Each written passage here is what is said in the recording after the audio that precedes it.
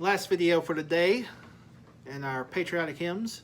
This is not really a patriotic hymn, but this is a hymn that we sing. And it can almost be patriotic. I mean, it's just, to tell you the truth, we're just singing about amazing grace. We're singing about God's grace. And yeah, I mean, it's about as American as apple pie. So here we go. I'm gonna sing it. I'm gonna tell you a story first, and then I'm gonna sing it, and then I'm gonna give you the history behind it. In 2008 was a crazy day. It was July 3rd, I do believe. I was just getting off of a show. I was doing a show for Southern Illinois Music Festival. I was doing Barber of Seville. Fun opera. It's the best time I ever had probably doing that. And the very last day I got sick. I got very, very sick. And I got done with the show. I was so dizzy I had to walk home. Finally walked home, got into bed, and I slept the rest of the day. That morning, it was on July 2nd. July 3rd was the morning. The morning of July 3rd, I got a call from my dad. He said my grandmother died. So I was hard enough as it is, but here I was sick as a dog. I was dizzy too. I mean, I was real dizzy. When I get sick, I get dizzy. I can't walk. But through the grace of God, I was able to get in the car, get my stuff, get in the car, go directly to Paducah. I was in Carbondale. I had to go home to Paducah. It's an hour drive, hour and a half at most. And finally made it home. Well, my grandmother, she wanted me to sing Amazing Grace at her funeral.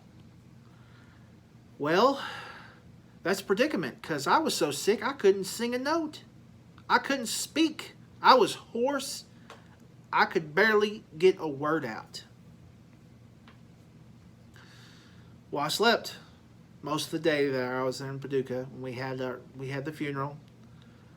And there I was, praying to God. I said, God, please, just give me the strength to sing one verse. Just one verse, because I couldn't sing. I could not sing at all. I couldn't sing a note. I was right at the moment I was supposed to sing. Most beautiful singing I've ever done. Hands down. One verse. After that, I couldn't say a word. I could not say a word. And it's powerful. The power of God is amazing. It's an amazing thing. His grace is just more amazing than you could possibly ever imagine. You never experienced true grace than God's grace. No one has experienced true grace. The only way you experience true grace is God's grace. And so here I am singing Amazing Grace.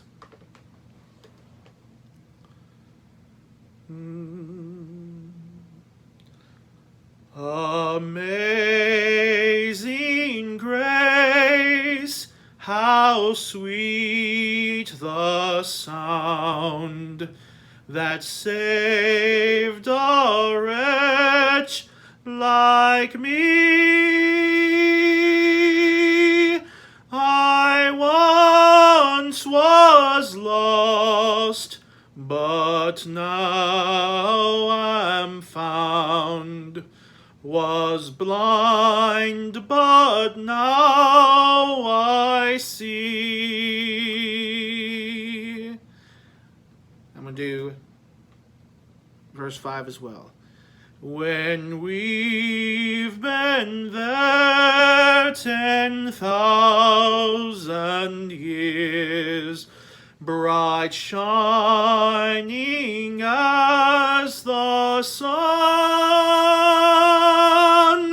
we've no less days to sing God's praise than when we first begun.